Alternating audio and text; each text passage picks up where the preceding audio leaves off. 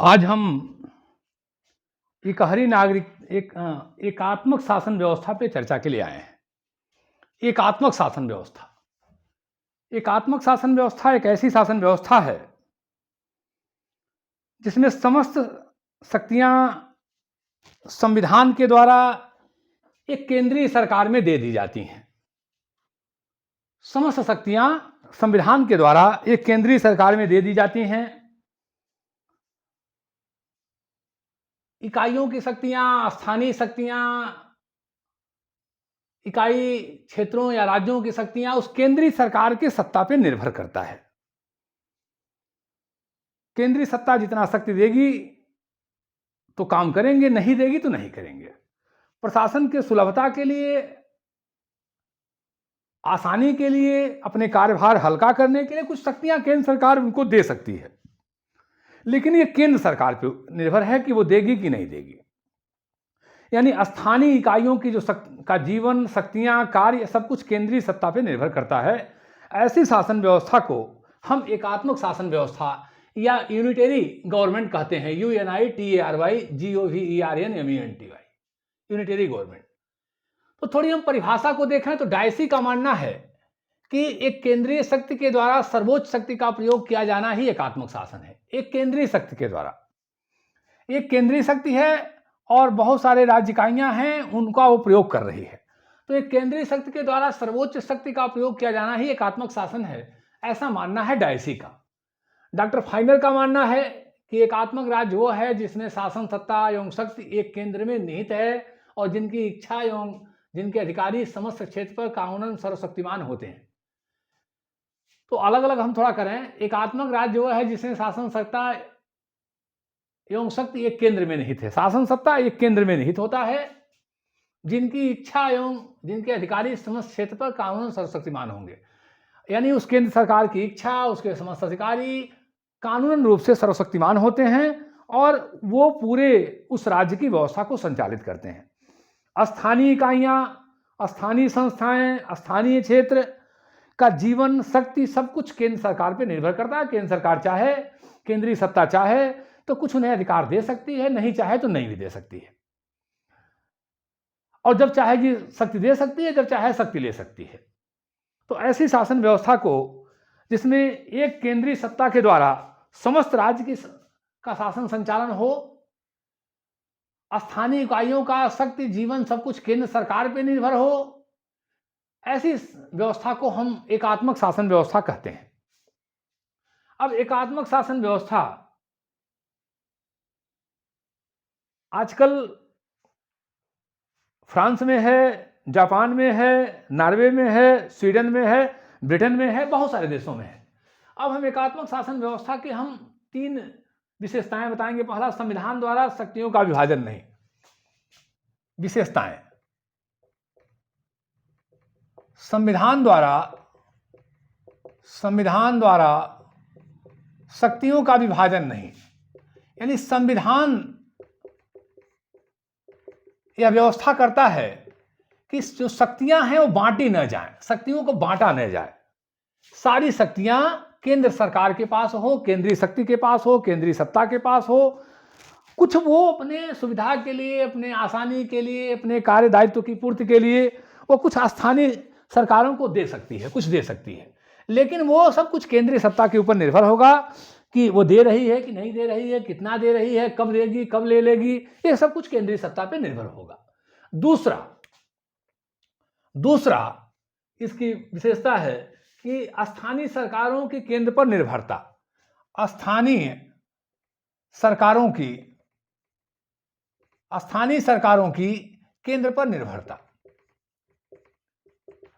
जो स्थानीय सरकार होते हैं, जो स्थानीय व्यवस्था होती है, जो स्थानीय इकाइयां होती हैं, सब कुछ केंद्र पे निर्भर होती है। केंद्र सरकार चाहेगी तो उनको जितनी चाहेगी उतनी शक्ति देगी, जो काम सौंपेगी वो करेंगे, नहीं चाहेगी तो नहीं देगी, जब चाहेगी ले लेगी। मतलब सब कुछ उनका स्थानीय सरकारों का केंद्र पे निर्भर करता है।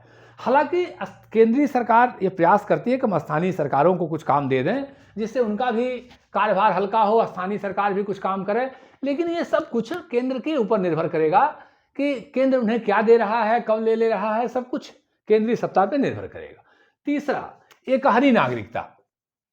एकहरी नागरिकता, एकात्मक शासन में नागरिकता एक नागरिकता होती है, वो केंद्र की नागरिकता होती है। संपूर्ण नागरिकता एक केंद्र की नागरिकता होती है। अब हम बात करें तो इसमें एकहरी नागरिकता के अंतर्गत संपूर्ण क्षेत्र का, जैसे ब्रिटेन में कहीं आप रहते हो तो नागरिकता पूरे ब्रिटेन की है, प्रांतों की या क्षेत्रों की नागरिकता नहीं होती है। ये व्यवस्था होती है इस शासन व्यवस्था में। अब एकात्मक शासन के गुण एकात्मक शासन के गुण, तो एकात्मक शासन का पहला गुण है कि शासन में एकता एवं कुशलता। शासन में एकता एवं कुशलता, चूंकि संपूर्ण सत्ता एक केंद्रीय सरकार के हाथ में होती है, इस नाते वो सरकार बड़ी ही कुशलता से, बड़ी ही एकता के साथ काम करती है। स्थानीय इकाइयों का कोई विरोध नहीं, कोई आरोप प्रत्यारोप नहीं, कोई जो है संघर्ष नहीं, इस नाते पूरा देश एक शासन में काम करता है। तो सरकार, केंद्रीय सरकार को बहुत आसानी होती है पूरे देश को एक सबके जन कल्याणकारी को ध्यान में रखते हुए, जनता की सुविधाओं का ध्यान रखते हुए, बिना किसी विरोध के वो एक साथ होकर के बड़ी कुशलता से काम करते हैं। तो ये बहुत बड़ी विशेषता होती है कि एकात्मक शासन में, कि शासन में एकता एवं कुशलता होती है। दूसरी विशेषता होती है कि उत्तरदायित्व निश्चित। उत्तरदायित्व निश्चित, केंद्र सरकार सारा कार्य करने के लिए जिम्मेदार होती है, इस नाते सारा उत्तरदायित्व केंद्रीय सत्ता पे होती है। कहीं से ना केंद्रीय सत्ता बच सकती है कि भैया ये काम हम नहीं जानते हैं, हमको नहीं करना है, राज्य सरकार जाने, ऐसी कोई बहानेबाजी नहीं चल पाती है। यह केंद्र सत्ता का पूरा उत्तरदायित्व है कि वो कार्य को अपने करे। हाँ, वो कुछ अधिकार, कुछ शक्तियां, कुछ कार्य स्थानीय इकाइयों को दे सकती है, लेकिन सारा उत्तरदायित्व केंद्रीय सत्ता का होता है। केंद्रीय सत्ता इस बहाना नहीं कर सकती है कि भैया हम क्या करें, राज्य सरकार नहीं की, स्थानीय सरकारें नहीं की, ऐसी कोई काम नहीं किया, कोई उत्तरदायित्व को एक दूसरे पे लादा नहीं जा सकता। तीसरी, संकट काल में उपयुक्त। संकट काल में उपयुक्त, जब भी छोटे राज्यों के लिए ठीक, छोटे राज्यों के लिए उचित, के लिए ठीक, छोटे राज्य हैं उनके लिए एकात्मक शासन अच्छा है, क्योंकि छोटे राज्यों में दो सरकारें होंगी, दो व्यवस्था होगी, संघात्मक में ठीक नहीं है, एक सत्ता आसानी से नियंत्रित कर लेती है, तो छोटे राज्यों के लिए ठीक है। और संकट काल में उपयुक्त, संकट जब आया राष्ट्र पर तो पूरा राज्य एक इकाई में एक साथ काम करता है, पूरा देश एकता में काम करता है। तो चाहे वो शासन की कुशलता हो, चाहे सेना का संचालन हो, चाहे देशभक्ति की भावना हो, चाहे अधिकारियों के लिए दिन रात काम करना हो, सभी कुछ के संकट काल में ये एकात्मक शासन व्यवस्था बहुत अच्छी होती है। और एकात्मक शासन व्यवस्था के अंतर्गत बड़ी अच्छी कुशलता मिलती है। संगठन में सरलता तथा राष्ट्रीय एकता। संगठन में सरलता, संगठन में सरलता तथा राष्ट्रीय एकता। संगठन में सरलता होती है। संगठन में सरलता का मतलब हुआ कि एक केंद्र सरकार की व्यवस्था है, वही एक संगठन है, एक ही व्यवस्थापिका है, एक ही कार्यपालिका है, तो आसान होता है, आसान होता है, आसान होता है। संगठन आसानी से होता है, कोई किसी का विरोध नहीं होता है, पूरा देश सावयव एकता के सिद्धांत के अनुसार पूरा देश एक होकर के काम करता है, उसकी संगठन बनाना आसान होता है और संगठन में कोई विरोध नहीं होता है। राष्ट्रीय एकता, एक इकाई होने के नाते, एक सरकार की व्यवस्था होने के नाते, एक केंद्रीय सत्ता होने के नाते पूरी देश में एकता होती है। वो एकता चाहे हमको आप राष्ट्रवाद के रूप में देखना हो, देशभक्ति के रूप में देखना हो, कार्यकुशलता के रूप में देखना हो, किसी रूप में भी देखेंगे तो एकात्मक शासन में संगठन में सरलता और राष्ट्रीय एकता होती है। वैदेशिक संबंधों का ठीक से संचालन। वैदेशिक संबंधों का, वैदेशिक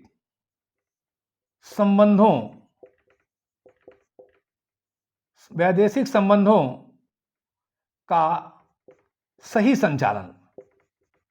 जो विदेश संबंध होते हैं, एक देश के साथ दूसरे देश के संबंध होते हैं, उनके लिए आवश्यक है कि वैदेशिक संबंधों का सही संचालन, कि कोई विरोध न हो, जो फैसला एक सरकार ले ले उस फैसले के अनुसार काम किया जाए। पता चला कि ये सरकार कुछ फैसला कर रही, वो सरकार कुछ फैसला कर रही, यहाँ कुछ और हो रहा, वहाँ कुछ हो रहा, अगली जब हम पढ़ाएंगे वीडियो में संघात्मक, तो वहाँ ये समस्याएं आती हैं लेकिन एकात्मक में ऐसी समस्या नहीं है। पूरे विदेश नीति का संचालन सही से होता है, पूरा देश एक होता है, जो फैसला केंद्र सरकार कर ली, किसी में दम नहीं है कि उसको नहीं कर दे, किसी में दम नहीं है कि उसको 3-5 कर ले, बदल दे। कम खर्चीली तथा प्रशासनिक शक्ति संपन्नता, कम खर्चीली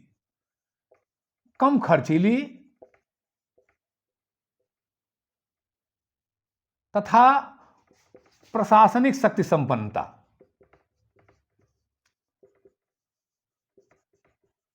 एकात्मक शासन कम खर्चीला होता है। मान लीजिए एक केंद्र की व्यवस्थापिका होगी, एक कार्यपालिका होगी, तो खर्च कम होगा। अब दोहरी अभी मैं आपको पढ़ाऊंगा, संघात्मक देखिएगा कितना उसकी क्या समस्या आएगी। सारा एक केंद्र है, ये उसकी एक व्यवस्थापिका है, एक कार्यपालिका है, कम खर्चीला है, एक तरह के अधिकारी हैं, एक तरह के काम हैं, तो खर्चीला कम होगा।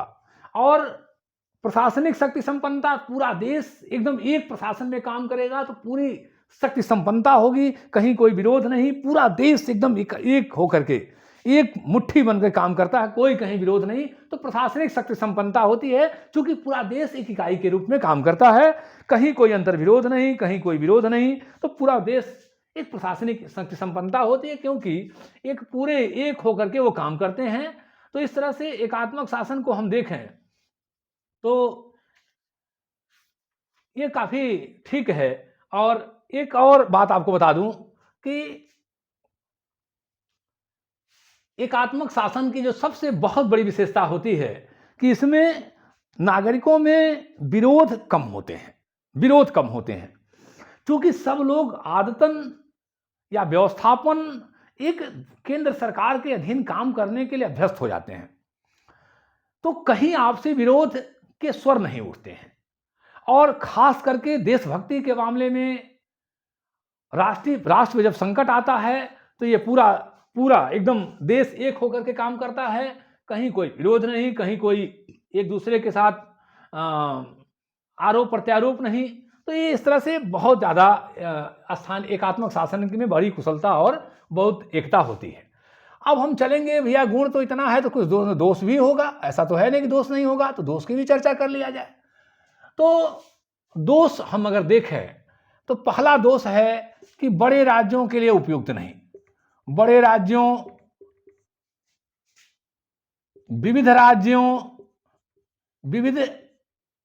विविधताओं के लिए ठीक नहीं। अगर बड़ा राज्य है तो एकात्मक शासन के लिए समस्या पैदा है, क्योंकि बड़े राज्यों को एक साथ सब चला पाना ये केंद्रीय सरकार के द्वारा बहुत ही समस्या है। दूसरी समस्या है विविधताओं के लिए। अगर कोई देश ऐसा है जहां अलग अलग संस्कृति के लोग, अलग अलग धर्म के लोग, अलग अलग रीति रिवाज के लोग, अलग अलग परंपराओं के लोग, क्योंकि उनको अपने स्थानीयता का बहुत बोध होता है, वो अपने स्थानीय सरकार चाहते हैं, वो अपनी स्थानीय पहचान चाहते हैं, अपनी स्थानीय अस्मिता चाहते हैं। जैसे भारतवर्ष में संभव ही नहीं है कि ठीक से कोई एकात्मक सरकार संपूर्ण सरकार को एक सरकार के द्वारा चलाई जाए, संपूर्ण व्यवस्था को। ये बहुत ही कठिन होगा, हर जगह समस्या आएगी। तमिलनाडु के लोग चाहते हैं कि हमारी अपनी पहचान हो, उड़ीसा के लोग चाहते हैं हमारी अपनी सरकार पहचान हो, कश्मीर के लोग चाहते हैं हमारी अपनी सरकार पहचान हो। तो वो ज़्यादा चाहते हैं कि हमारी अपनी भी हो और केंद्र भी हो, दोनों चाहते हैं। ऐसे भारत जैसे विविधतापूर्ण देश में, जहाँ बहुत संस्कृति, बहुत रीति रिवाज, बहुत परंपराएं, जहाँ बहुत जातियाँ, बहुत संस्कृतियाँ, बहुत बोलियाँ, और जहाँ सबको अपनी स्थानीयता से इतना लगाव हो, वो चाहते हैं कि हमारा एकात्मक शासन नहीं संघात्मक शासन हो। तो बड़े राज्यों के लिए और जो विविधता संपन्न देश हैं उनके लिए ये ठीक नहीं है। अगला है अक्षम और अकुशल शासन। अक्षम एवं अकुशल शासन। अक्षम क्यों है? अक्षम इस नाते है कि केंद्र ही सरकार सब कुछ करेगा। तो जब केंद्र सरकार सारा काम करेगा, सारा बोझा केंद्र के ऊपर, तो केंद्र सरकार के अंदर अक्षमता तो आएगी, अकुशलता तो आएगी। जिस घर का मुखिया सारा काम करता हो, वो झाड़ू भी मार लेता हो, आटा भी लाता हो, खेत कृषि भी करता हो, नौकरी भी करता हो, तो वो फिर तो रफ हो जाएगा ना। फिर इसे जिस कॉपी पे हम सब लिखते हैं उसको रफ कहते हैं, स्पेशलाइजेशन फिर कहाँ रह गया।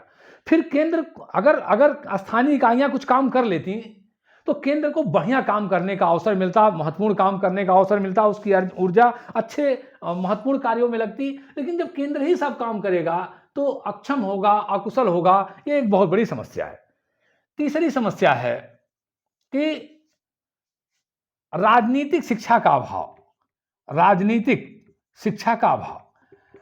एकात्मक शासन में स्थानीय इकाइयों को शासन में भाग कम लेने का अवसर मिलता है, स्थानीय लोगों को भाग कम लेने का अवसर मिलता है। इस नाते राजनीतिक शिक्षा का अभाव हो जाता है। स्थानीय लोगों को ज्यादा शासन सत्ता में भाग लेने का अवसर नहीं मिलता है, इस नाते उनके अंदर राजनीतिक शिक्षा का अभाव हो जाता है। तो एक बहुत बड़ी समस्या है कि राजनीतिक शिक्षा का अभाव हो जाएगा। केंद्रीय सरकार के निरंकुश होने का भय। केंद्रीय सत्ता का निरंकुश हो जाने का डर। चूंकि केंद्र सरकार के ऊपर कोई दबाव है नहीं, तो सब कुछ वही है, तो एक उम्मीद है कि केंद्रीय सरकार निरंकुश हो जाए, सारी शक्ति उनके पास है, वो अपने संसाधनों का दुरुपयोग करे। ये ऐसा हो सकता है, ऐसा आरोप लगता है कि एकात्मक शासन में केंद्रीय सत्ता अपने शक्तियों का दुरुपयोग कर सकती है, निरंकुश हो सकती है, मनमानापन कर सकती है, किसी राज्य इकाई के साथ भेदभाव कर सकती है, किसी राज्य इकाई को बहुत सुविधा का अभाव दे सकती है। तो ये सब आरोप और प्रत्यारोप लगते हैं। राष्ट्रीय चेतना का अभाव। राष्ट्रीय चेतना का अभाव, जो एक आरोप लगते हैं कि इस तरह के कि राष्ट्रीय चेतना का मतलब है राजनीतिक चेतना। राजनीतिक चेतना कि नागरिकों को जब अपने शासन प्रशासन में कम भाग लेने का अवसर मिलेगा तो उनको जो है उनकी राजनीतिक समझ कमजोर होगी, उनकी राजनीतिक अनुभव कमजोर होगा, उनके अंदर राजनीतिक सोच विचार की क्षमता कमजोर होगी। ऐसे में उनकी जो जागरूकता है, जो कार्य समर्पण है अपने देश के प्रति, समझ कम होगी। क्योंकि कम से कम स्थानीय सरकारें नहीं हैं तो कम से कम लोग राजनीतिक रूप से भाग लेंगे, कम से कम राजनीतिक रूप से उनके अंदर चेतना आएगी। इस एक बहुत बड़ी समस्या है। नौकरशाही का भय। चूंकि देश का सारा काम एक केंद्रीय सत्ता में होता है तो नौकरशाही का भय बना रहता है, क्योंकि सारा काम नौकरशाही करते हैं। नौकरशाही का मतलब सरकारी कर्मचारी, तो नौकरशाही का भय रहेगा, सारा काम केंद्रीय सरकार सत्ता करेगी, उनके अधिकारी कर्मचारीगण करेंगे। तो एक नौकरशाही का हमेशा भय बना रहेगा कि ये जो है अपने पदों का दुरुपयोग कर सकते हैं। तो इस तरह से हम देखें तो केंद्रीय सरकार के निरंकुश होने का भय, राजनीतिक चेतना की कमी, अक्षम अकुशल शासन, स्थानीय संस्थाओं के कार्य में बाधा। स्थानीय संस्थाओं के कार्य में बाधा। स्थानीय संस्थाओं के कार्य में बाधा। स्थानीय संस्थाओं के कार्य में बाधा, या ये भी कह सकते हैं कि स्थानीय संस्थाओं को उचित महत्व नहीं। दोनों बातें कही जा सकती हैं कि स्थानीय संस्थाओं के कार्य में बाधा पड़ती है। केंद्र सरकार जितना काम उनको देगी वो करेंगे, जब चाहेगी ले लेगी। तो स्थानीय संस्थाओं के कार्य में बाधा होती है, उनके विकास में बाधा होती है। विकास उनका ठीक से विकास नहीं हो पाता है, विकास में बाधा होती है, उनकी क्षमता का सही उपयोग नहीं होता है। तो ये सब आरोप लगते हैं एकात्मक शासन में कि एकात्मक शासन में स्थानीय संस्थाओं को कम काम दिया जाता है, काम दिया गया, नहीं दिया गया, कब चाहे ले लिया गया। तो ये सब समस्या तो रहती है। तो स्थानीय, अच्छा एक और आरोप लगता है, मैं इसका भी चर्चा कर दूं कि एक और आरोप लगता है कि एकात्मक शासन में जो न्यायपालिका होती है वो मजबूती से काम नहीं कर पाती, क्योंकि एकात्मक शासन में संविधान अलिखित भी हो सकता है, लिखित भी हो सकता है, दोनों हो सकता है।